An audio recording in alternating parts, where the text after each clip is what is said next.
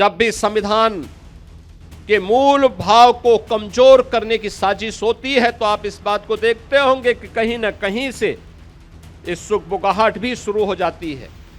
संगम पर शंकराचार्य के शिविर के बाहर हंगामे के बाद सीएम योगी आदित्यनाथ का ये बयान आया। उन्होंने किसी का नाम लिए बिना ही कहा, कोई व्यक्ति अगर ये कहता है कि मैं न्याय से ऊपर हूं, मैं संविधान से ऊपर हूं, मैं व्यवस्था से ऊपर हूं,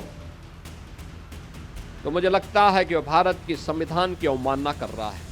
सीएम योगी ने साफ साफ कहा कि किसी की मनमानी नहीं चलेगी।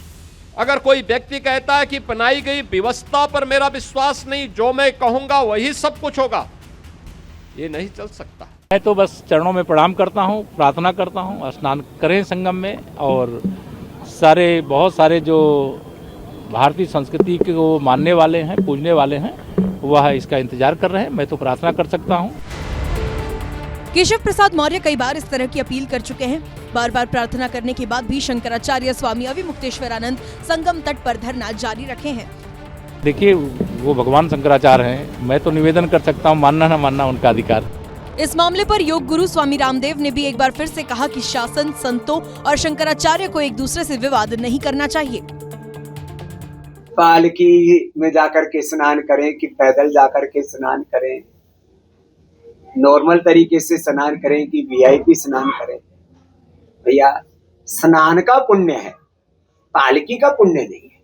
शंकराचार्य स्वामी अविमुक्तेश्वरानंद से अपील करते हुए कथावाचक धीरेन्द्र शास्त्री ने कहा, हम यही कहेंगे कि संवाद से इसका हल निकाला जाना चाहिए और दोनों पक्ष बैठ कर के संवाद करें ताकि सनातन का हास्य परिहास ना हो।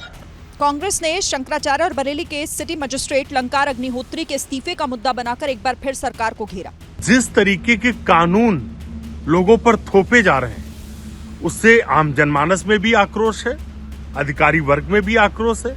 इसीलिए जो अच्छे और ईमानदार अधिकारी हैं, वो उत्तर प्रदेश में काम नहीं करना चाहते।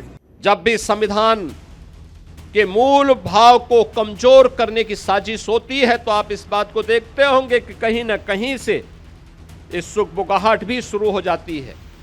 संगम पर शंकराचार्य के शिविर के बाहर हंगामे के बाद सीएम योगी आदित्यनाथ का ये बयान आया। उन्होंने किसी का नाम लिए बिना ही कहा, कोई व्यक्ति अगर ये कहता है कि मैं न्याय से ऊपर हूं, मैं संविधान से ऊपर हूं, मैं व्यवस्था से ऊपर हूं,